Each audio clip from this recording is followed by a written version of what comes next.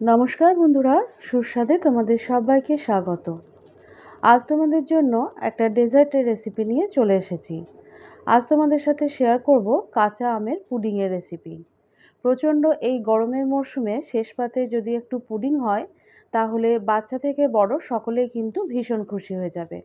তাহলে চলো রেসিপিটা শুরু করে দিই। তো প্রথমেই দেখো, এখানে একটা কাঁচা মিঠে আম নিয়ে নিয়েছি। এই আমটার খোসাটা ছাড়িয়ে নেব। তারপর ছোট ছোট টুকরো করে এই আমটাকে আমি কেটে নেব। তারপর সেগুলোকে আমি ধুয়ে নেব। তো দেখো, আমগুলো কীরকম ছোট করে কেটে নিয়েছি তোমাদের একটু দেখিয়ে দিচ্ছি। এরকম ছোট টুকরো করে কেটে নিতে হবে, আর আমটা কেটে নেওয়ার পর ধুয়ে নিতে হবে। এখন এই আমের টুকরোগুলো একটা মিক্সির বাটির মধ্যে নিয়ে নিচ্ছি। তারপর এর মধ্যে সামান্য একটু জল দিয়ে দিলাম। এবার এটার একটা মিহি পেস্ট আমি তৈরি করে নেব। আমটা ভালো করে পেস্ট করা হয়ে গেলে এখন এটাকে একটা স্ট্রেনারের মধ্যে নিয়ে নিচ্ছি। তারপর একটা চামচের সাহায্যে সমানে এটাকে ঘুরিয়ে নিয়ে আমের যে মিহি পাল্পটা আছে সেটা বের করে নিতে হবে। এভাবে করলে দেখবে আমের যে একটুখানি দানা ভাব থেকেই যায়, সেই দানা ভাবটা সম্পূর্ণ আলাদা হয়ে যাবে, আর একদম মিহি পাল্পটা আমরা পেয়ে যাব। এখন এই আমের পাল্পটাকে আমি একটা কড়ার মধ্যে নিয়ে নিচ্ছি।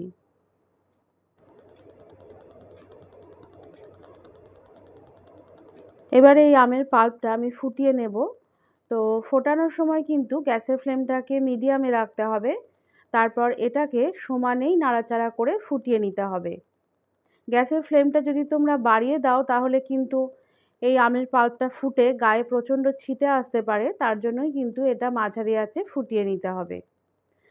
তো আমের পাল্পটা সমানেই নাড়াচাড়া করে ফুটিয়ে নিয়ে যখন দেখবে টেক্সচারটা ঠিক এরকম ঘনত্বের এসেছে, বেশ একটু ঘন হয়ে এসেছে, সেই পর্যায়ে গ্যাসের ফ্লেমটাকে বন্ধ করে দিতে হবে। আর এবার এটাকে আমি নামিয়ে নিয়ে ঠান্ডা করে নেব।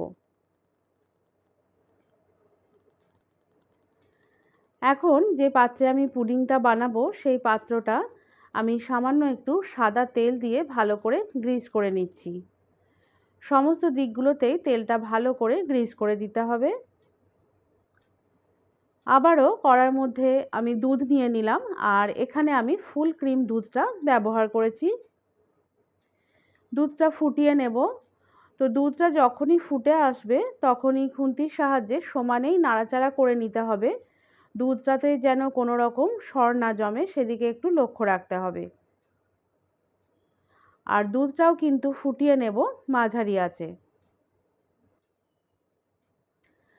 এখন একটা বাটির মধ্যে কিছুটা কর্নফ্লাওয়ার নিয়ে নিলাম। এবার এর মধ্যে দিয়ে দিচ্ছি দুধ। দুধটা আমি রুম টেম্পারেচারের দুধ ব্যবহার করেছি।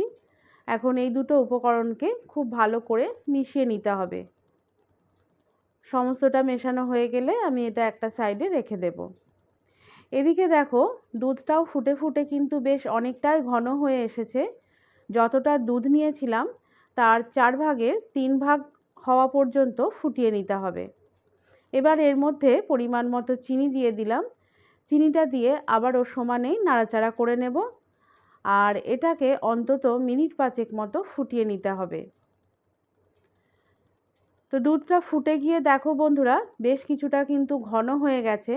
এই পর্যায়ে গ্যাসের ফ্লেমটাকে একদম লোয়ে করে দিয়ে যে কর্নফ্লাওয়ার আর দুধের মিশ্রণটা করে রেখেছিলাম, সেটা এর মধ্যে ঢেলে দিলাম। এটা যখন ঢালবো, ঢালার সময় কিন্তু সমানেই এটা খুন্তির সাহায্যে নাড়াচাড়া করে যেতে হবে।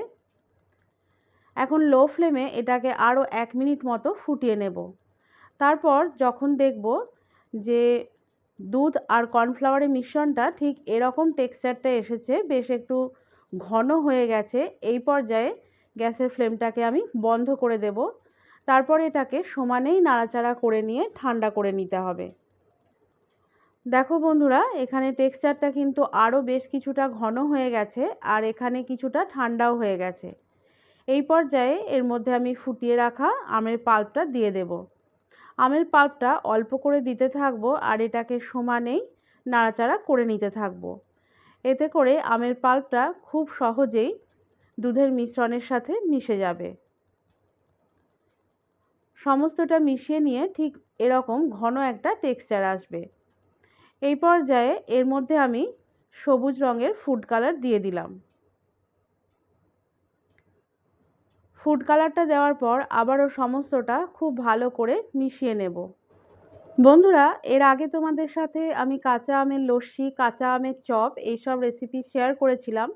তো সেগুলো শিখতে চাইলে তোমরা কিন্তু আমার চ্যানেলে গিয়ে রেসিপিগুলো দেখে নিতে পারো। তো দেখো, পুডিংয়ের মিশ্রণটা একদম রেডি হয়ে গেছে। এবার এটাকে আমি যে পাত্রটা তেল গ্রিজ করে রেখেছিলাম সেই পাত্রের মধ্যে ঢেলে দিলাম।